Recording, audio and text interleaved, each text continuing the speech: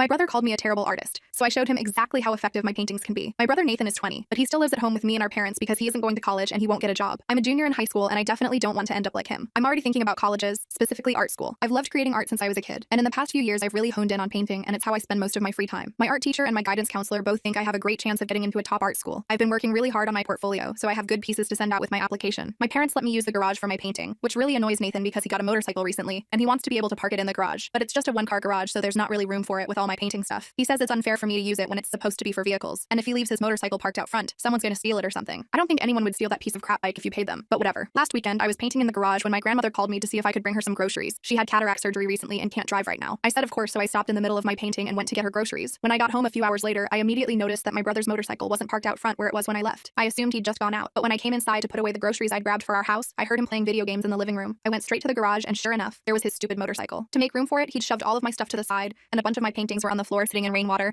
and the one that was wet when I left it was completely ruined because it had smudged all over the ground. I was furious. I needed those pieces for my portfolio, and I'd really loved the one I was working on, and I was hoping to give it to my grandmother to surprise her if I got into art school. I stormed into the living room to ask my brother what the hell was the matter with him. He wouldn't even look up from his video games. He said, "That motorcycle is worth way more than your stupid paintings are." I said, "You don't even know that." And he said, "Yes, I do. You're a terrible artist. No one's ever going to pay crap for them because you can't even tell what they are. Art's supposed to make you feel something or whatever. I don't know why everyone's pretending like you can get into art school when you suck." I wanted to keep yelling at him, but I knew I was about to cry, so I just left. I went back out to the garage to try to salvage what I could, but I was so upset and so mad that I ended up grabbing my supplies and a new canvas and going up to my room and starting a new painting. So a bit of background, when my brother was in high school, he went to a party and got drunk with a bunch of his friends. Even though our parents gave us 9 million lectures about drunk driving, telling us just to call them if we ever needed a ride, he and his friends decided that they were going to go to a different party and pick up some girls and bring them back to the first party. It was raining. His best friend was driving. He was very drunk. They got into an accident. Nathan was completely fine. His friends were mostly fine. A couple had some broken bones and stuff like that, but nothing life-threatening. But the other car that they hit had a little girl in it, and she passed away. Since my brother wasn't the one driving, he just got community service for drinking underage or something. His best friend ended up having to do time. Honestly, I think my brother should have been punished worse. It's not like he told his friend not to drive, and the little girl lost her life. He didn't even really get in trouble with our parents. They just acted like it was something that happened to him, not something he was pretty responsible for. And Nathan never acted like he was affected by it at all. So I decided, hey, why not test his little theory that I'm a horrible artist and my work isn't going to make people feel anything. I painted the rainy night on the road and his friend's car, and a little smudge on the ground that was clearly this dead little girl, but not graphic or anything. Just this little smudge and my brother standing over it looking down. It was really moody and atmospheric, but there wasn't any blood or anything, just feelings. It took me a few days to finish because I wanted to get it exactly right. Once it was done, I found a spot in our kitchen and hung it up. I said, "Hey Nathan, can you come check if this is hung straight?" He was grumbling, but he came in, and then he saw the painting and he just froze, staring at it. I said, "Hey, can you tell what this is? I know I'm a really terrible artist, so I wasn't sure people were going to know what it was." He didn't say a word and just kept staring at it. I said, "I didn't think it would bother you because I'm not good enough to make anyone feel anything, right?" And then he just started sobbing, standing right there in our kitchen. Honestly, I was completely surprised and uncomfortable. I thought if anything, he'd just yell at me for painting it. I didn't really expect it to mess with him like that. After a minute, he left the kitchen and went up to his room, still crying. I think I'm going to apologize to him because I feel kind of bad, but I'm definitely submitting this one with my portfolio because clearly it's good.